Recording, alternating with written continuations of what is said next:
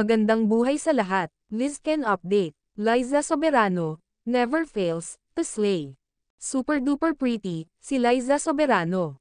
Sa ginanap na fashion show niya, sa Times Square, New York City.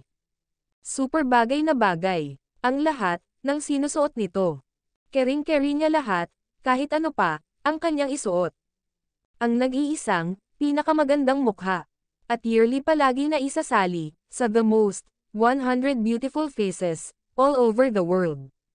Liza Soberano, in black outfit. Ating silipin. Ano ang bet nyo, sa kanyang mga outfit guys? Samantala, spotted si Enrique Hill, with a lucky girl fan. At spotted din siya, kasama ang mga fans, sa Zubik Safari. Kasama niya din dito, ang cute niyang inaanak, na si Olivia.